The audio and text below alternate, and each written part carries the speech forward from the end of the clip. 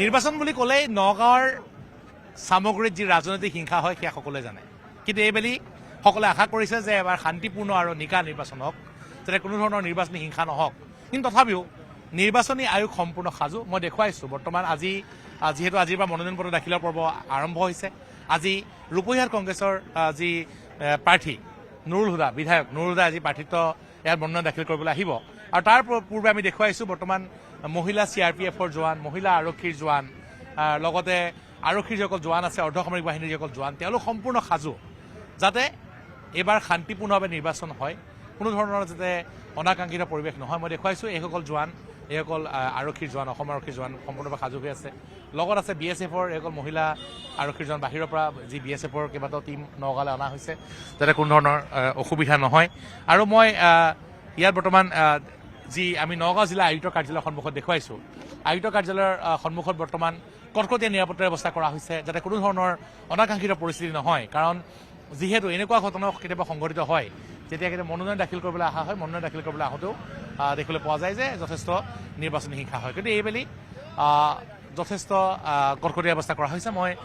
দেখুৱাইছোঁ বিশেষকৈ যি আৰক্ষী অৰ্ধসামৰিক বাহিনীৰ লগতে নগাঁৱত বৰ্তমান মহিলা আৰক্ষীৰ জোৱানো বৰ্তমান নিয়োজিত কৰা মহিলা যি BSFৰ জোৱান নিয়োজিত কৰা হৈছে আৰু ভিতৰৰ পিনে দেখুৱাইছোঁ মই ভিতৰতো বৰ্তমান ইয়াত সকলো যি তিনিতৰপীয়া নিৰাপত্তা ব্যৱস্থা কৰা হৈছে যাতে কোনো ধৰণৰ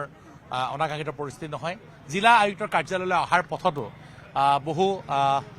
বৰ্তমান ব্যৱস্থা কৰা হৈছে য'ত কোনো ধৰণৰ ব্যৱস্থা কোনো ধৰণৰ যাতে অশান্তি নহয় আমাৰ লগত নগাঁৱৰ যি অপৰাধ শাখাৰ যিগৰাকী অতিৰিক্ত আয়ুক্ত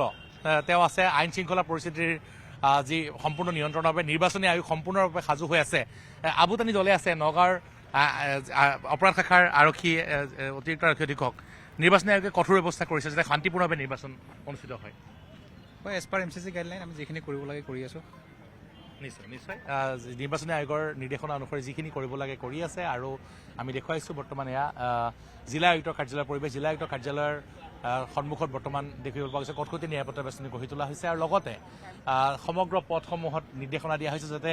যিসমূহ সমৰ্থক আহি পেলাই যাতে ইয়াত অনাকাংক্ষিত পৰিস্থিতি সৃষ্টি কৰিব নোৱাৰে কোনো ধৰণৰ যাতে ৰাজনৈতিক দলৰ সমৰ্থকৰ মাজত যাতে মতভেদ নহয় বা তেওঁলোকৰ মাজত যাতে সংঘাত নহয় তাৰ বাবে সকলো ব্যৱস্থা কৰা হৈছে আৰু বৰ্তমান আমি দেখুৱাইছোঁ এয়া নগাঁও জিলা আয়ুক্তৰ কাৰ্যালয়ৰ সন্মুখত কটকটীয়া নিৰাপত্তা ব্যৱস্থা গঢ়ি তোলা হৈছে আপুনি বিচৰা বাতৰি পাব কেৱল নিউজ 18 এপত নিউজ 18 এপ ডাউনলোড কৰিবলৈ স্ক্যান কৰক এই QR কোড গুগল প্লে ষ্টৰতো পাব এই নিউজ 18 এপ